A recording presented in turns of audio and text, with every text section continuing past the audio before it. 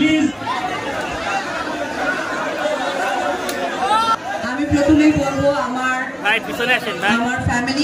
Family মানে আমার দর্শক ভক্ত, তাদেরকে যখনই আমি কাছে পাই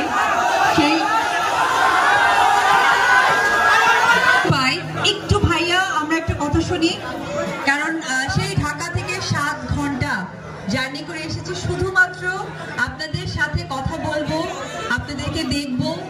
এতদিন কাজ করেছি, আগামীতে কাজ করব, কারণ আমি শিল্পী, আমার পরিচয় আমি শিল্পী। সেই শিল্পীর পরিচয় দর্শকদের কাছাকাছি আসা, দর্শকদের ভালোবাসা পাওয়া। ধন্যবাদ জানাবো।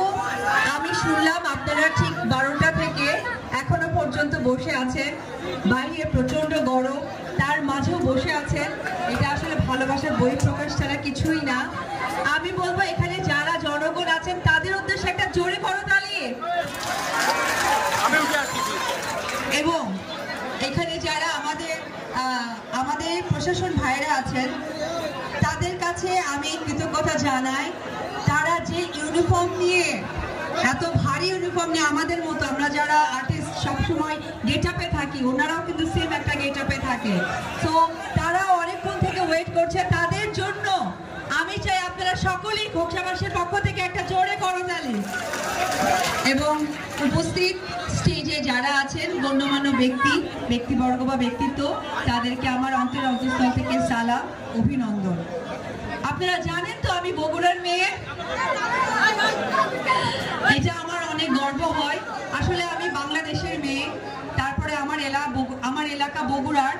আমি রাজবাড়ি এসেছি কিন্তু কখনো খোকসা আসিনি, আমার এই প্রথম আসার সুযোগ হয়েছে, তার জন্য স্পেশাল ধন্যবাদ জানাবো আমার এবং আপনাদের সকলের প্রাণপ্রিয় বড় ভাই রিপন ভাই। এবং রিপন ভাইয়ের জন্য একটা করতালি চাই। রিপন ভাই আপনাদেরকে সেবা করতে চাই, আমি চাইবো সেই সেবার সুযোগ আপনারাই করিয়ে দিবেন, কারণ যে মানুষটা আপনাদের চাওয়া পাওয়া ভালোবাসা আপনাদের কাছে এনে দিতে চায়, আমি মনে করি তার থেকে ভালো মানুষ, বড় মনের মানুষ আর থাকে না। আমি এই খোকসাবাসীর পক্ষ থেকে রিপন ভাইয়ের অনেক দীর্ঘায়ু কামনা করি।